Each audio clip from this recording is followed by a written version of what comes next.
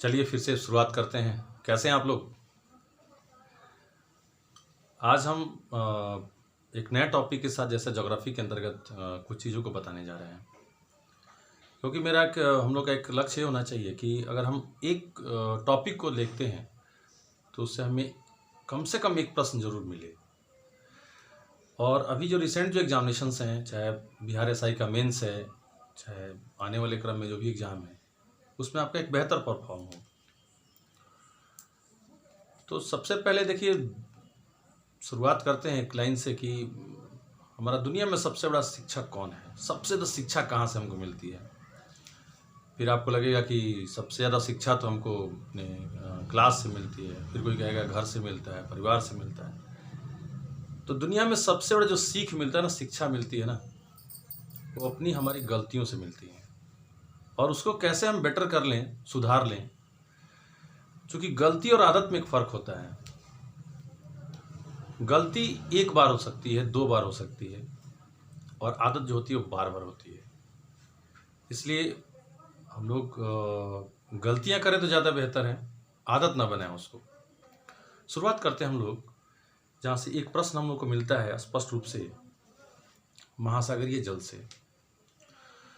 तो हम लोग को जैसा कि मालूम है कि इस पृथ्वी के सतह पर 71% हिस्से पर पानी है, यानी कि महासागरों का विस्तार है। शेष 29% पर स्थल है। और ये पूरा पृथ्वी का अगर हम देखें तो एरिया के हिसाब से तो 4 महासागर हमको दिखाई देते हैं, 7 महादेश दिखाई देते हैं। फिर ये दिमाग में आता है कि चल भैया, ये पृथ्वी कैसे बन गई, किस तरीके से आई, या इस पृथ्वी पर सबसे पुराना है क्या। तो हम लोग को पहले कुछ चीज़ें दिखाई देती थी कि ये पुराना है, ये पुराना है। लेकिन आप ध्यान से सोचो तो बाद में समझ में आएगा सबसे पुराना तो ये पृथ्वी ही है। फिर आखिर ये कैसे बन गया? क्योंकि हर चीज़ के बनने के पीछे कोई ना कोई वजह होता है। वो चाहे बौद्धिज्म, चाहे समान रूप से फिर देख सकते। तो पता चला कि पृथ्वी जो है ना, वो सूर्य से बनी है, तारे से बनी है। तो कि ये तारे से बनी है पृथ्वी, और तारा तो बहुत छोटा दिखाई देता है हम लोग को। अब तारे दिन में दिखाई देते हैं कि रात में दिखाई देते हैं, यही मन में प्रश्न आता है। और तो भैया, दिन में भी दिखाई देता है तारा और रात में भी दिखाई देता है। दिन में जो हमें जो अपना सन है वो भी तो तारा ही है। फिर आखिर कि सब बना कैसे, किस तरीके से बिल्ड हुआ।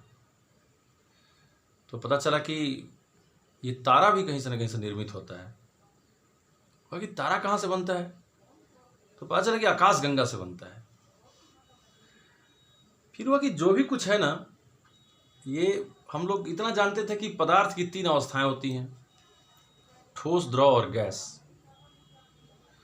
तो कोई चीज़ हमें ठोस रूप में दिखाई देती है, कोई द्रव के रूप में, कुछ गैस के रूप में।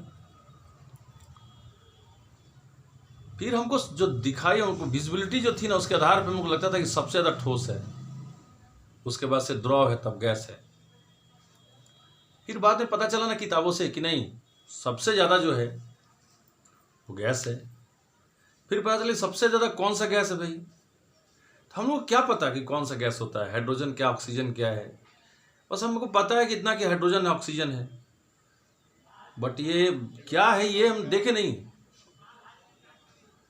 तो पता चला कि एक जीवनदायिनी गैस है ऑक्सीजन। फिर कार्बन डाइऑक्साइड भी जीवनदायिनी गैस है, हमारे लिए, पेड़ पौधों के लिए है। फिर आगे ठोस, द्रव, गैस कैसे कन्वर्ट होता है, कैसे इसका चेन क्या है। कहीं पढ़ते हैं कि ऑक्सीजन ठोस है, फिर द्रव भी है, गैस भी है। तो द्रव के रूप में हमको पानी मिलता है, ठोस के रूप में हमको सतह में मिलता है। तो ये लोहा क्या ठोस ही है? तो जो चीज़ इस रूप में हमने देखा उसको मान लिया कि लोहा ठोस है। बट आयरन ऑक्साइड भी तो हो सकता है, लोहा गैस के रूप में भी तो हो सकता है, द्रव के रूप में भी तो हो सकता है। ऐसे ही क्रम क्या था ना कि इस पूरे पृथ्वी पर जीवन के लिए जो सबसे बड़ा जो कारक आप देख रहे हो ना, वो है पानी। अब इस पानी के कई प्रकार हैं यार। अब एक देखोगे ना, तो जैसे केमिस्ट्री में पढ़ते हैं कि खारा जल, मीठा जल, फिर हम जाते हैं तो ये देखते हैं ना कि ये जो जल है तो इसकी बहुत सारी प्रकृति के रूप में देखते हैं, और ठोस रूप में भी दिखाई देता है, द्रव के रूप में भी दिखाई देता है, वाष्प के रूप में भी दिखाई देता है। माना जाता है इस दुनिया में सबसे जो बेटर साइकिल है, सबसे अच्छा जो साइकिल है ना, वो वाटर साइकिल माना जाता है। और ये वाटर साइकिल ऐसा है कि हवा में भी वो है, नमी के रूप में है, बर्फ में भी ठोस रूप में है, मिट्टी में भी है, पेड़ पौधे में भी है, जीव जंतु में भी है, सब में ये है। तो सब में जो है ना, वो किस रूप में है और किस तरीके से है, वो एक बहुत बड़ी बात है कि किस कंडीशन में है। तो हमें लगता है कि जो सजीव के जो जीवन काल को एक सिचुएशंस देने को, एक चैन देने को में सबसे बड़ी इसकी भूमिका होती है। इसी पानी को ढूंढते हुए हम लोग ये देखिए कि सबसे ज़्यादा ये पानी है कहाँ पूरी दुनिया में। तो पता चला कि दुनिया में जितना भी पानी की मात्रा है ना, टोटल वाटर की जो मात्रा का 97% अकेले वो महासागरों में पाया जाता है, 97% महासागरों में पाया जाता है। तो हम लोग तो बहुत सारा देखते हैं पानी का इतना रेशियो, इससे लगता है कि यही सबसे ज़्यादा है, विशेष बाढ़ आती है तो।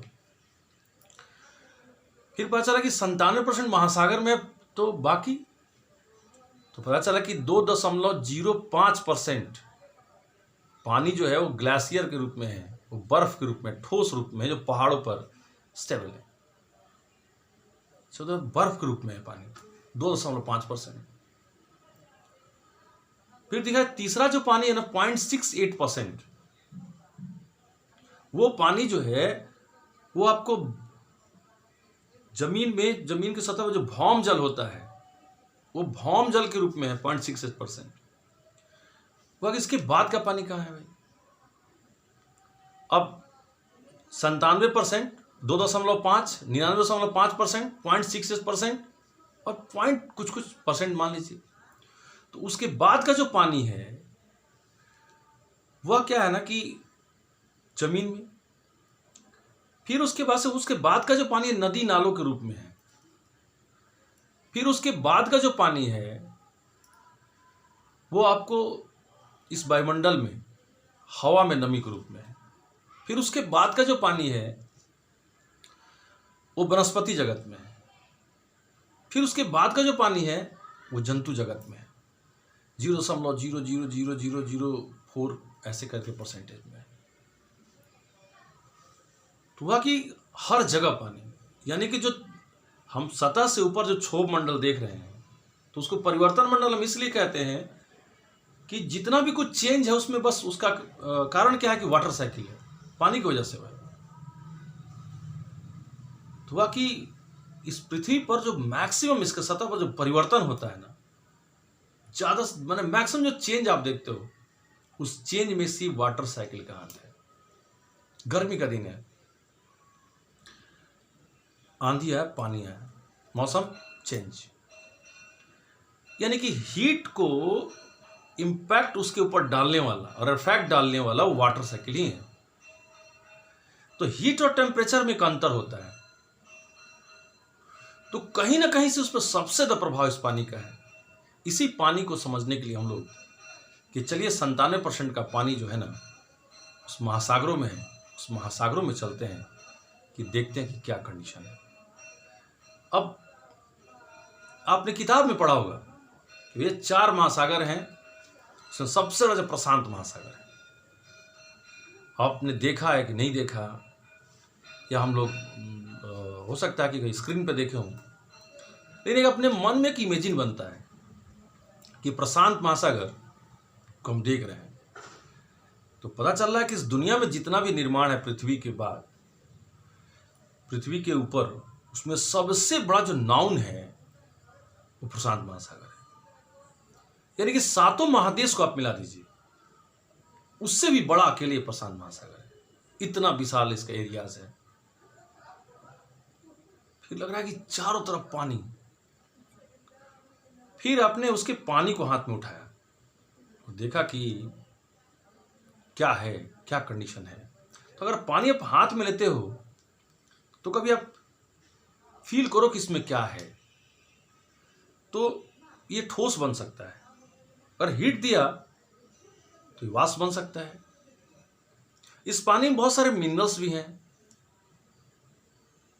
अब सबसे पहले दिमाग में आया कि ये पानी आखिरकार आया कहाँ से।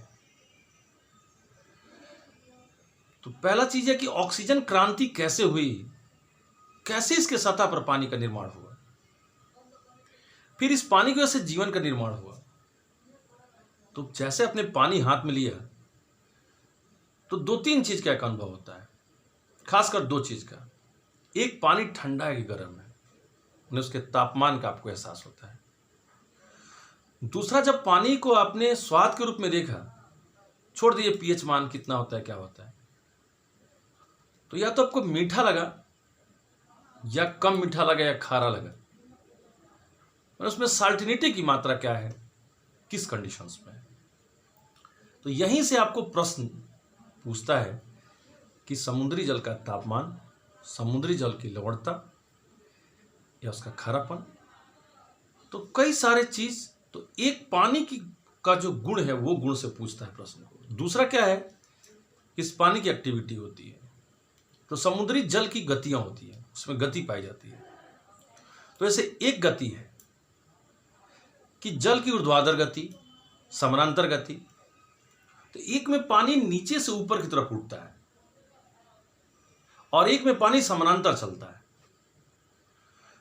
तो समानांतर चलने के क्रम में समुद्र में लहरों का उत्पन्न होता है, लहरें उत्पन्न होती हैं या धाराएं उत्पन्न होती हैं। तो इस हीट की वजह से धारा और समानांतर गति में वो लहरों के रूप में चलती है। दूसरा क्या है, यह सुनामी हुआ, ज्वार भाटा हुआ, तो इससे पानी क्या होता है कि लंबवत पानी ऊपर उठता है। तो 3 जगह हमको मिल रहा है। एक मिल रहा है कि पहला कि समुद्री जल का तापमान, दूसरा मिल रहा है उसका खारापन, तीसरा मिल रहा है समुद्री जल धाराएं, और चौथा मिल रहा है ज्वार भाटा। तो इस चारों को अगर आप देखें तो अक्सर क्या है कि तापमान या लवणता या इन चारों में से आपको 1 से 2 प्रश्न आपको जरूर पूछता है, और इन्हीं 2 के लिए 4 टॉपिक को हमको पढ़ना है, जिससे कि हमारा प्रश्न किसी भी हाल में मिल सके। जैसे प्रश्न पूछा था कि समुद्री जल में कुल कितने प्रकार के साल्ट पाए जाते हैं, नमक पाए जाते हैं। तो हम लोग नमक का मतलब एक चीज समझते हैं, NaCl, सोडियम क्लोराइड। तो समुद्री जल में 27 प्रकार के साल्ट पाए जाते हैं। सोडियम है, मैग्नीशियम से, कैल्शियम से, बहुत सारे तरह के जो उसमें सिलिकेट पाए जाते हैं। तो एक 27 प्रकार के नमक पाए जाते हैं। तो दूसरा देख रहे हैं कि समुद्री जल का तापमान। तो जब विषुवत इक्वेटर से हम ध्रुवों की तरफ जाते हैं, उस कंडीशन में हमारा टेम्परेचर का क्या स्थिति क्या होता है और हमारा खारापन का स्थिति क्या होता है, ये दोनों चीज को देखना है। इससे प्रश्न अक्सर पूछता है। तो ये चीजें, अब तुर्की का वान झील है, चाहे जो भी चीजें हैं, वो सब इससे जुड़ा हुआ है। फिर क्या है कि जो मूंगे कीड़े की चट्टा, ये सब चीजें, तो ये सब चीज एक दूसरे से किसी न किसी रूप में जुड़ा हुआ है। तो हम लोग अब इस 4 चीजों पर उसको फोकस करके आगे चल रहे हैं। इसमें सबसे पहला जो शुरुआत कर रहे हैं वो है समुद्री जल का खारापन या उसकी साल्टिनिटी।